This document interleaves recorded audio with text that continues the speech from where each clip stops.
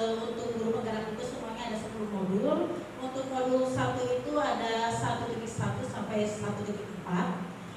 Yang modul 2 2.1 sampai 2.3, dan modul 3 3.1 sampai 3.4. Maaf, 3.3.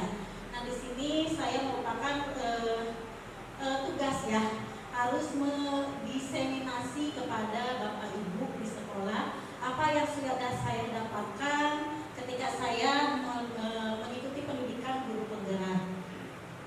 Saya sendiri yaitu Adianti Latifah, merupakan calon guru penggerak angkatan 8 Kabupaten Karawang. Saya di sini akan menyampaikan diseminasi aksi nyata 1.4 tentang budaya positif.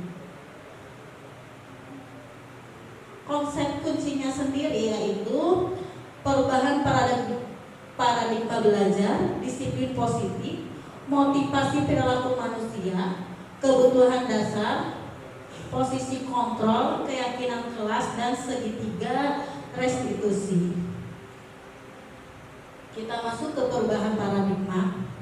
Bapak Ibu, kita mencoba merubah paradigma kita yang awalnya kita itu berorientasi pada guru, kita berubah menjadi berorientasi pada murid. Ya. Murid sebagai objek belajar, kita ubah paradigma kita menjadi murid sebagai subjek belajar.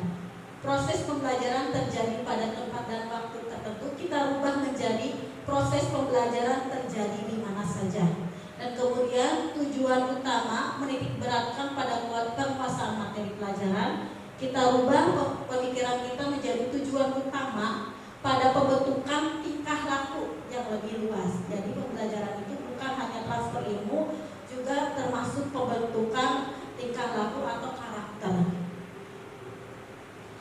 Nah, Bapak Ibu, sebelum kita masuk ke pengertian tentang teori kontrol, maaf Ibu dilanjutkan.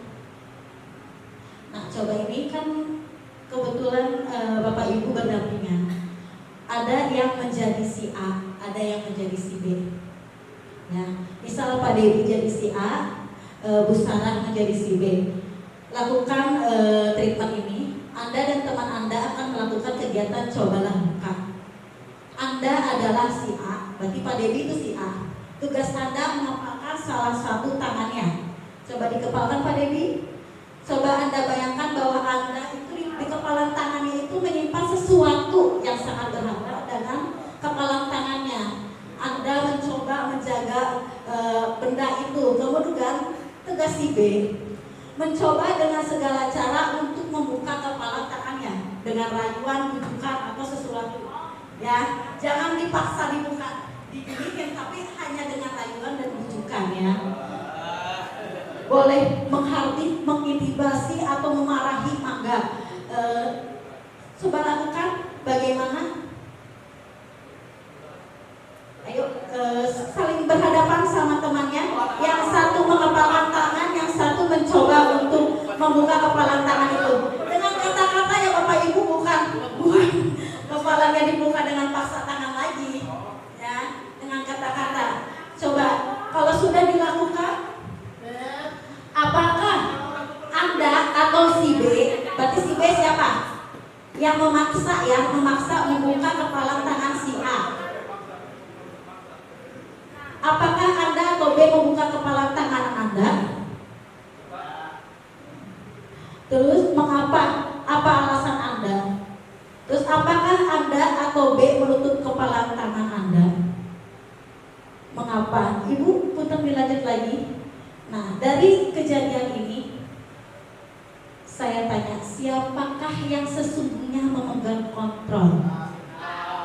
Si A. Mangga. Yang A memegang kontrol karena yang A punya kepalan sendiri, punya kekuatan sendiri, seperti itu, Bu. Ada jawaban yang lain? Kenapa si A berteguh tidak membuka kepalanya?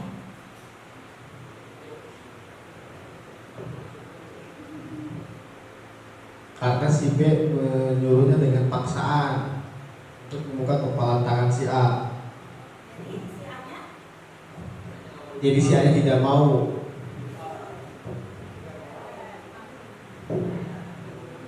Bapak Ibu, dari kasus ini kita lihat ya, siapakah yang sesungguhnya memegang kontrol? Diri kita sendiri. Ya, mau kita dihardik, mau kita dipaksa, mau kita dibujuk, kalau sesuatu itu penting, sesuatu itu berharga, termasuk prinsip kita, tidak bisa. Karena sesungguhnya yang memegang kontrol itu diri kita sendiri. Oke, kita lanjut ilusi kontrol ya. Selama ini kita beranggapan guru mengontrol murid, ya. Pada dasarnya kita tidak dapat memaksa murid untuk berbuat sesuatu jikalau muridnya tersebut memilih tidak melakukannya, ya. Jadi selama ini kita berpikir anak bisa dikontrol sama kita, ternyata tidak. Kalau muridnya sendiri tidak mengizinkan dirinya untuk dikontrol, ya. Sebagai segimanapun kita mengontrol murid, kalau dia tidak mau dikontrol, mau dibujuk, mau dimarahi, mau dihardik sekalipun, dia tidak akan bisa kita kontrol. Karena kan kontrol itu dipegang oleh diri kita sendiri, oleh murid sendiri. Kalau murid mengizinkan, berarti dia bisa dikontrol.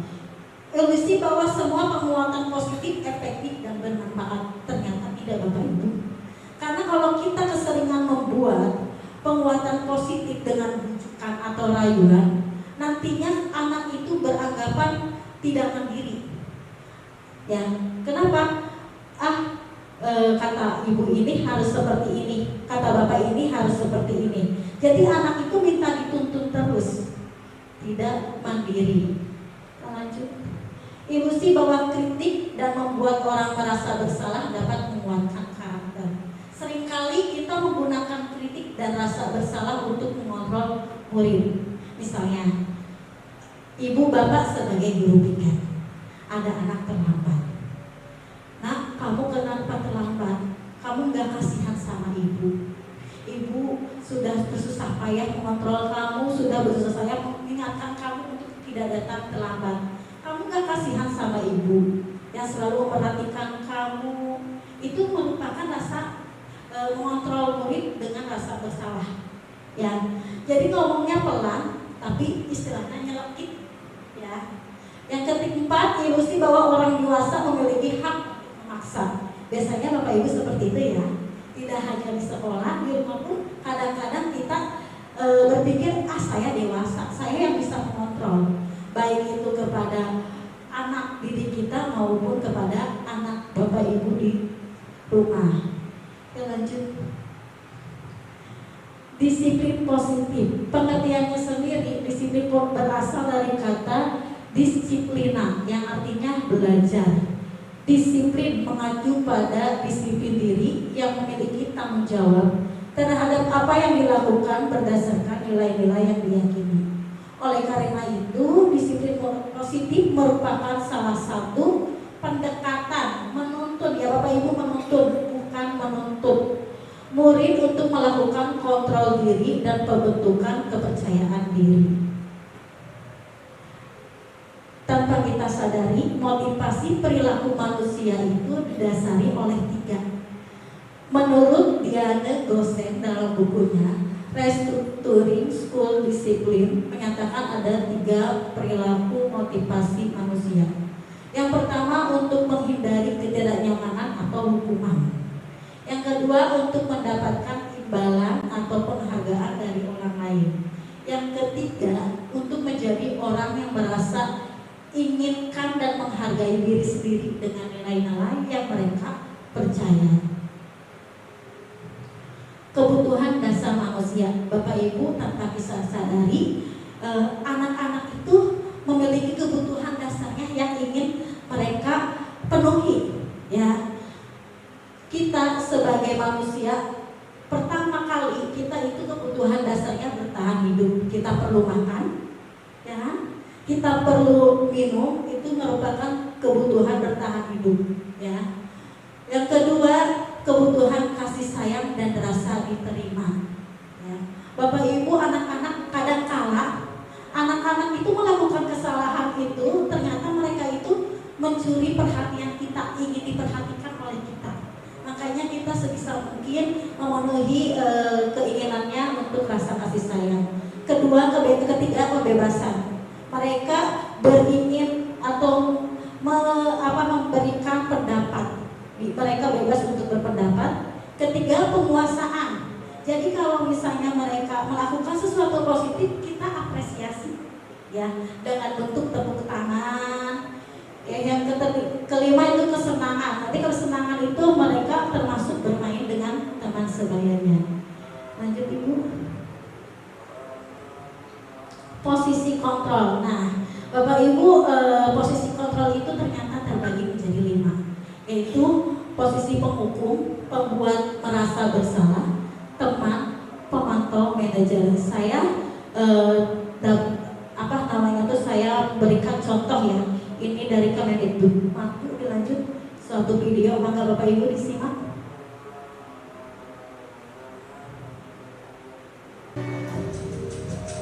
Udah nyala, Bapak Ibu bisa ditonton.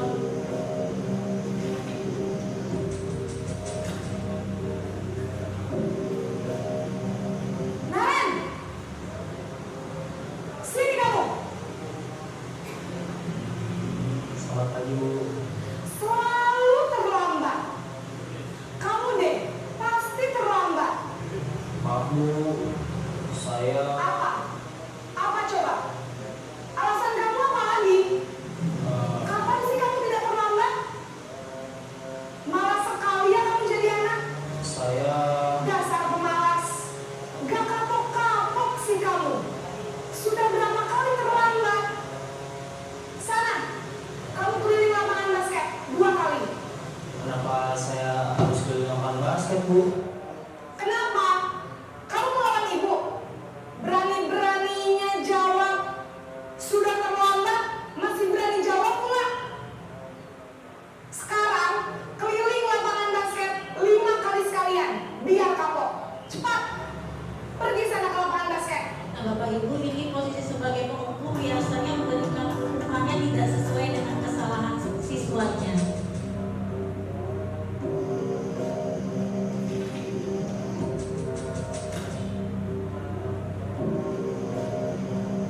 Naren!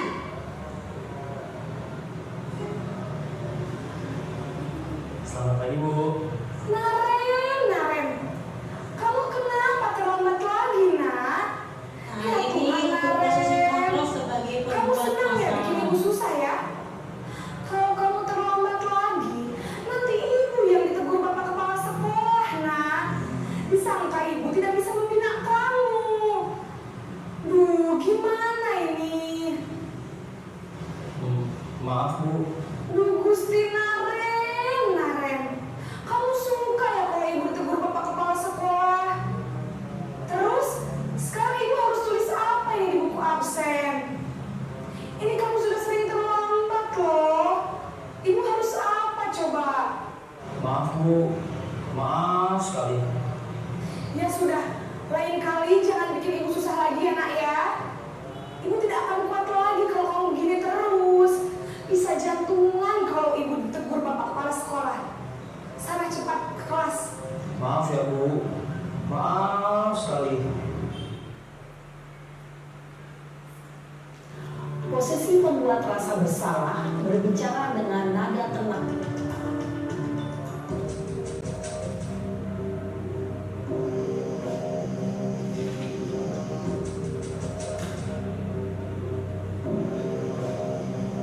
Naren!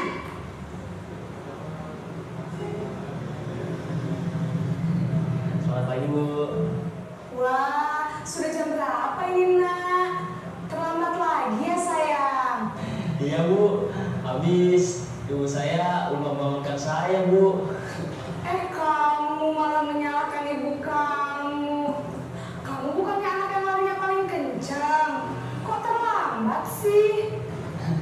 Iya Bu, saya memang terlambat bangun tadi. Jadi biarpun saya lari kencang, tetap gak kekejar Bu. Ya sudah sana. Nanti lain kali larinya lebih kencang lagi ya. Biar gak terlambat lagi. Bikin seneng ibu. Demi ibu. Bisa kan? Bisa lah Bu. Ya sudah sana masuk kelas. Ibu beresin urusan absen kamu. Kamu ini ada-ada saja.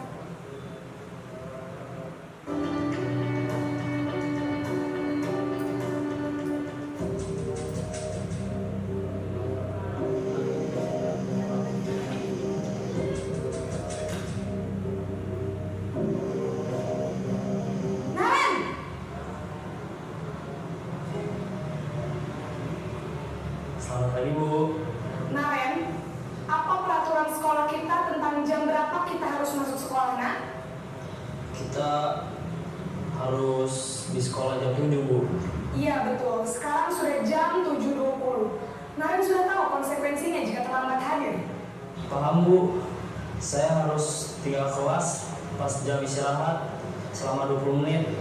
Iya benar, konsekuensinya demikian. Jadi nanti jam 9.30 pas istirahat, kamu harus tinggal di kelas, kerjakan tugas tambahan untuk ketertinggalan kamu, ya? Baik, Bu.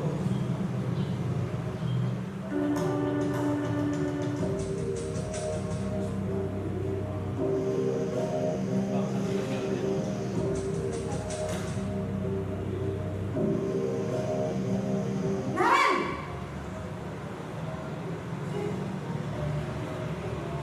Selamat pagi, Bu. Selamat pagi Naren. Maaf, Bu. Saya terlambat. Iya, sekolah masuknya jam 7, sekarang sudah jam 7.20. Jadi sekarang bagaimana ini Naren? Maaf, Bu. Saya lupa setel alarm saya semalam. Baiklah, menurut kamu, keyakinan sekolah yang mana yang perlu kamu tingkatkan? Menghargai diri sendiri dan orang lain mungkin ya, Bu. Setuju. Jadi, apakah Naren meyakini prinsip saling menghormati tersebut? Iya, Bu. Saya meyakininya. Apakah Naren bersedia memperbaiki masalah keterlambatan ini? Bersedia, Bu. Bagaimana kamu akan memperbaiki masalah keterlambatan ini? Saya akan coba untuk tidak lupa menyetel alarm saya, Bu. Baik, kalau Naren lupa menyetel alarm di rumah, ada orang yang kira-kira bisa bantu mengingatkan tidak? Ada, Bu. Kakak saya, Kak Emma. Ada lagi selain Kak Emma?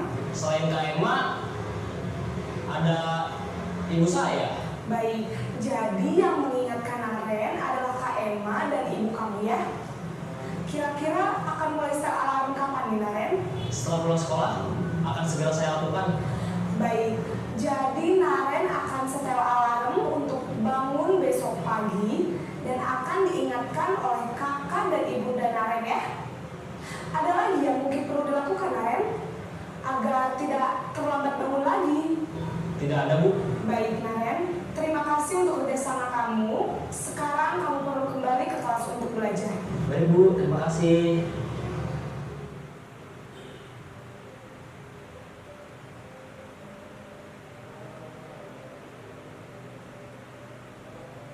Oke, Bapak Ibu, setelah melihat video tersebut, ada di manakah posisi kita sebagai guru selama ini?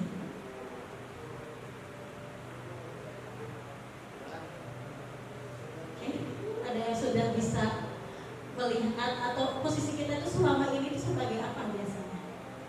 Saya sendiri sebelum melakukan menerima pendidikan ini, saya posisinya cenderung ke sebagai teman dan pemantau.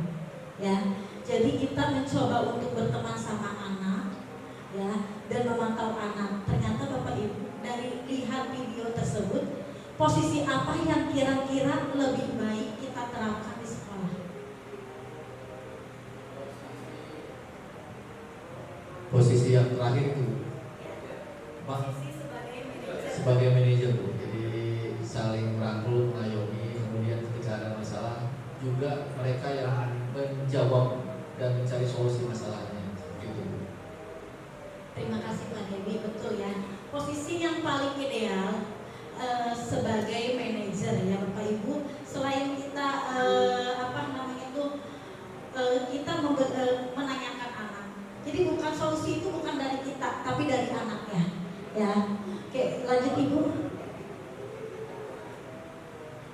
Keyakinan kelas. Nah, ini termasuk pembelajaran di modul 1.4. Keyakinan merupakan nilai-nilai kebajikan universal yang disepakati secara tersirat dan tersurat lepas dari latar belakang, suku, negara, bahasa maupun agama. Di sini, Ibu maaf lanjut lagi. Di sini saya mencoba melakukan keyakinan kelas di kelas saya. Ini urut-urutan untuk melakukan keyakinan kelas. Keyakinan kelas bersifat lebih abstrak daripada peraturan. Keyakinan kelas berupa pertanyaan-pertanyaan universal, pernyataan-pernyataan universal. Pernyataan keyakinan kelas senantiasa harus dibuat dalam bentuk positif. Keyakinan kelas sebaiknya sesuatu yang dapat diterapkan di lingkungan.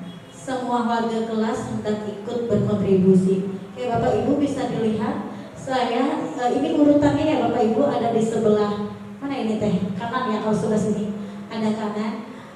Pertama saya memberikan sebuah sticky note ya untuk anak. Saya memberikan arahan kepada anak-anak diminta untuk menuliskan sebuah keinginan mereka untuk membuat pembelajaran lebih aman, nyaman dan menyenangkan buat mereka. Ya.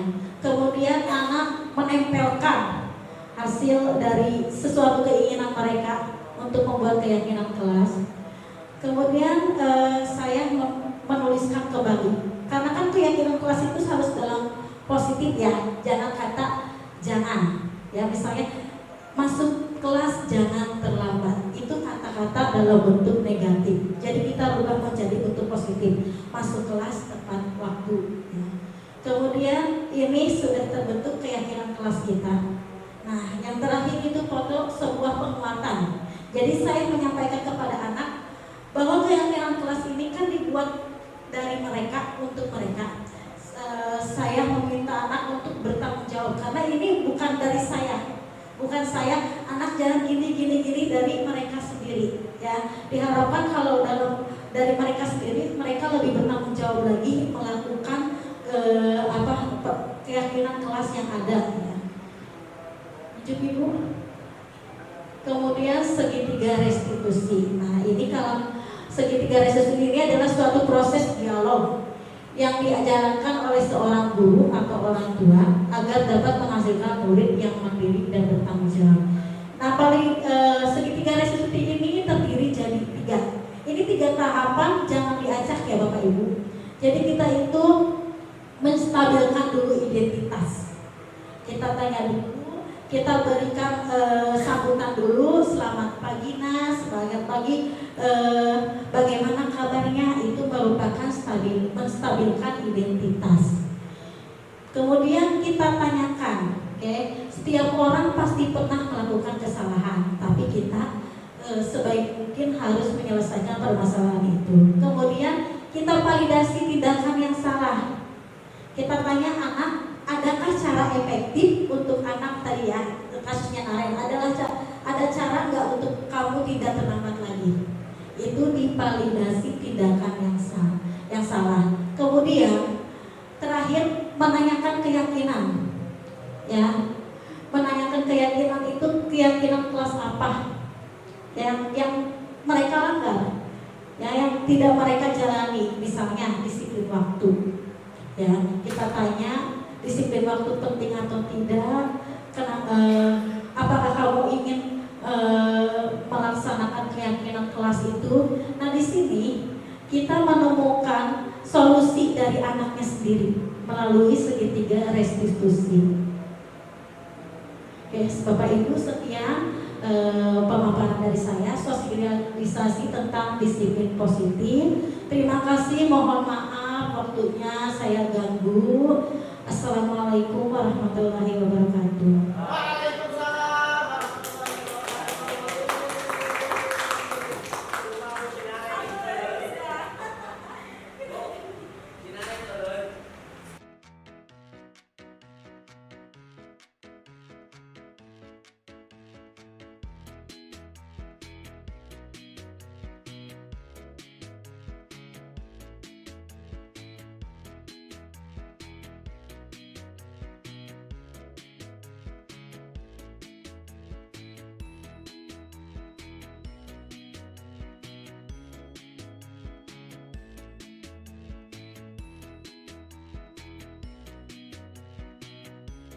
Assalamualaikum warahmatullahi wabarakatuh.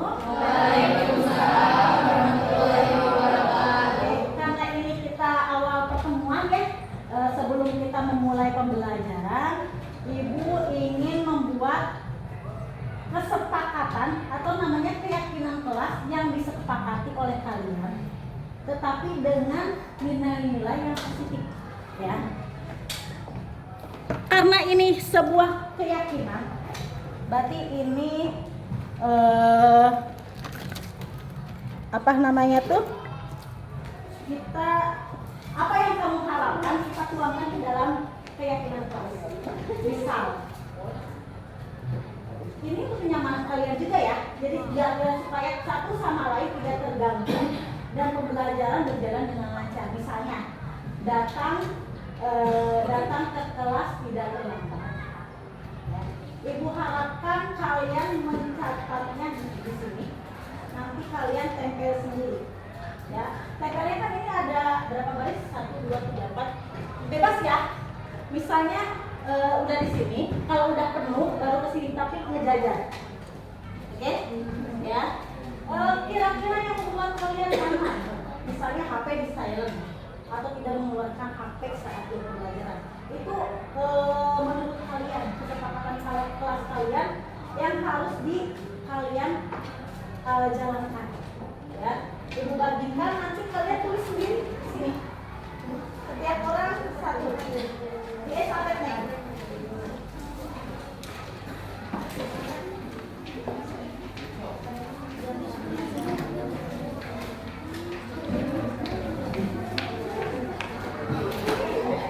Jangan tulis di ini ya, yang makanya jangan tulis. Udah banyak belum?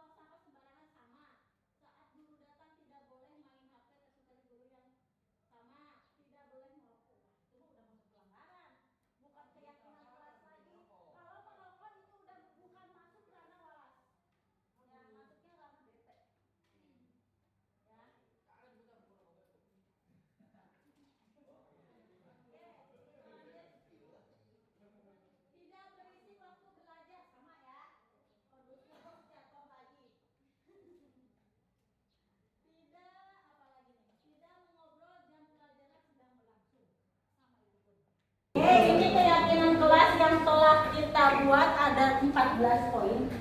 Nah, keyakinan kelas ini Ibu dapat dari kesepakatan kalian. Ya, Ibu harapkan kalau keyakinan kelas dibuat oleh sendiri dan disepakati oleh kalian semua, jadi kalian bertanggung jawab. Ya, bertanggung jawab untuk menjalankan ke-14 keyakinan kelas ini. Apakah ke-14 keyakinan ini ada yang masih kurang? Mau ditambahkan? Kurang Bu? Kurang nggak? Apa udah cukup? Udah cukup. Apa? Mau nambah apa? Jangan bolos.